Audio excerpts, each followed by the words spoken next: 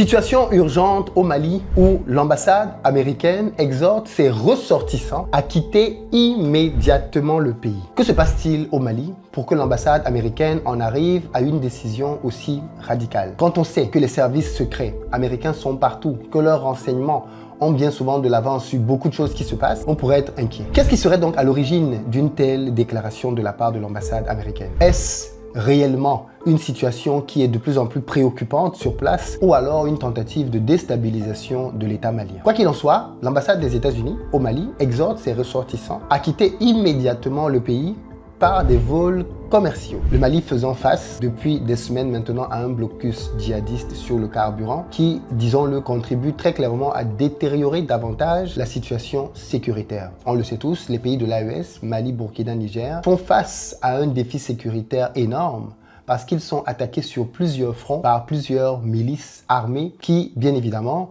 revendiquent pour chacune d'entre elles bien souvent des choses un peu différentes. Le communiqué de l'ambassade américaine souligne que la pénurie de carburant, la fermeture des écoles et des universités à travers le pays et le conflit persistant entre le gouvernement malien et les éléments terroristes près de la capitale Bamako aggravent la nature imprévisible de la situation sécuritaire dans le pays. L'ambassade recommande aux citoyens américains qui décident de ne pas quitter le Mali de se préparer à toute situation d'urgence qui pourrait survenir, notamment trouver un abri où se réfugier pour une période prolongée. Et là, je me dis, mais les services secrets américains sont quand même très renseignés. Ils ont de l'avance, il faut le dire, sur la plupart des pays dans le monde. Ils ont des moyens technologiques très poussés et ils sont infiltrés à tellement d'endroits. Ils sont donc forcément au courant de ce qui se passe. Il y a des choses qui sont peut-être en train d'arriver. Parce que quand ils demandent à leurs ressortissants de partir aussi rapidement, parce qu'ils disent bien immédiatement, ça veut dire que la dégradation est,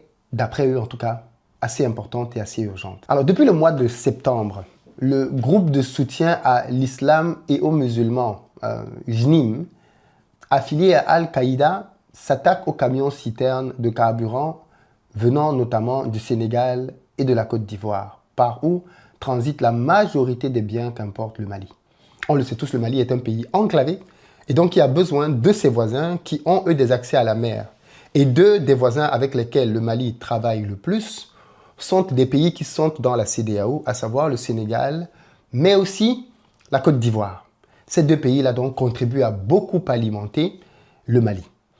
Et ce que ce groupe a trouvé de mieux à faire était d'adopter une stratégie d'encerclement. Selon le JNIM, le blocus est une mesure de représailles à l'interdiction par les autorités maliennes de la vente de carburant hors station en milieu rural où le carburant est transporté dans des jerrycans pour être vendu ensuite. La mesure avait pour but d'assécher les moyens d'approvisionnement des djihadistes. Donc l'idée était de dire que désormais, on ne vend plus le carburant en dehors des pompes. Il faut aller à la pompe afin de pouvoir assécher donc financièrement le groupe Terro-Terro. Malheureusement, les Terro-Terro ont décidé de répliquer. Et leur stratégie consiste à plutôt envahir les rues, parce qu'on pourrait se dire, mais pourquoi est-ce que le gouvernement ne parvient pas à stabiliser cette situation? Eh bien, les rues sont très grandes. Et le Mali, c'est un très, très grand pays. C'est l'un des plus grands pays d'Afrique et même au monde. C'est un pays qui a une superficie qui fait plus d'1 million de mètres carrés. C'est quand même énorme comme superficie de kilomètres carrés. Et bien évidemment, la stratégie ici consiste à pouvoir intercepter donc les camions qui approvisionnent la capitale Bamako sur leur chemin, afin d'assécher plutôt la capitale malienne. La solution, bien évidemment, pour le gouvernement a été de faire des escortes de l'armée pour pouvoir accompagner les camions depuis le Sénégal jusqu'à Bamako. Et malgré cette stratégie, on a plusieurs images dans lesquelles on voit plusieurs camions qui ont été incendiés. Des chauffeurs et des militaires parfois tués ou enlevés dans des embuscades djihadistes. Ils font des embuscades sur le chemin et interviennent donc pour pouvoir neutraliser les convois dans lesquels il y a du carburant. Le blocus se fait ressentir depuis 2 semaines. Maintenant, la capitale tourne au ralenti. Et il faut savoir que, bien évidemment, Bamako, c'est le cœur du Mali. C'est donc toute l'économie du pays, en réalité, qui tourne au ralenti. Et le quotidien des habitants est de plus en plus difficile. Et ça, bien évidemment, ça inquiète au plus haut sommet de l'État. Depuis 2012, le Mali fait face à une profonde crise sécuritaire nourrie notamment par les violences des groupes affiliés à Al-Qaïda et à l'organisation État islamique, ainsi que des groupes criminels communautaires. Il n'y a pas que des terreaux dedans. La cartographie récente des attaques montre que le JNIM cherche à isoler la capitale malienne en multipliant les opérations sur les routes aux alentours, justement. En outre, le JNIM a récemment émis des règles pour les voyageurs au Mali, exigeant le port du voile pour les femmes et la séparation avec les hommes dans les transports urbains, notamment. C'est-à-dire que pour eux maintenant, il faudrait vraiment que l'on rentre dans une forme d'islam qui n'est pas pratiquée aujourd'hui au Mali. Il faut qu'il y ait des séparations entre les hommes et les femmes. Il faudrait que... tout ceci parce que, bien évidemment, ils peuvent intercepter aussi les camions, les cars qui font la desserte de plusieurs agglomérations maliennes. Et donc, quand ils interceptent des camions, ils donnent des règles. Et malheureusement, ils peuvent intervenir parce que, oui, l'armée accompagne les convois, effectivement, pour la pénurie de carburant. Mais qu'en est-il des transports de personnes? Quand on a un bus qui va de Bamako à une autre région et qui est confronté au terreau sur son chemin, ces gens-là peuvent bloquer, bien évidemment, ces bus-là. En tous les cas, ils ont choisi une stratégie totalement différente de celle qui était connue jusqu'à présent, dans laquelle on avait un affrontement militaire à peu près frontal, même si en réalité il ne l'était pas.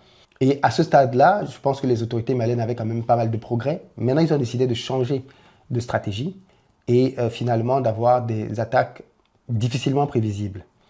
La semaine dernière, par exemple, le président Assimi Goïta a limogé et remplacé le chef d'état-major général adjoint des armées, le directeur de la sécurité militaire et le chef d'état-major de l'armée de terre pour insuffisance de résultats sur le terrain. C'est donc une situation qui préoccupe énormément au Mali et pour laquelle les autorités maliennes se mettent tout en œuvre pour pouvoir ramener de la sérénité, ramener du carburant, notamment dans le pays.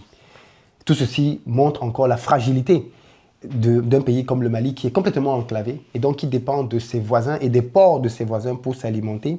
Et ceci, bien évidemment, donne la possibilité, comme on le voit ici, à des terreaux de pouvoir faire des embuscades. Et comme le pays est très grand, les voies sont très grandes, il est difficile de surveiller tous les tronçons. Bien évidemment, je ne sais pas trop comment la situation va évoluer, comment les autorités maliennes comptent se départir de cette situation. En tous les cas, c'est une situation qui est assez préoccupante. Et c'est donc dans ce cadre-là que l'ambassade des États-Unis a décidé de demander à ses ressortissants de partir immédiatement. Ils ont évoqué la pénurie de carburant, la fermeture des écoles, la fermeture des universités. Bon, alors, c'est un peu spécial parce que je ne suis pas sûr que les Américains qui sont au Mali vont dans les universités maliennes. Donc, je pense qu'ils vont certainement étudier aux États-Unis ou ailleurs.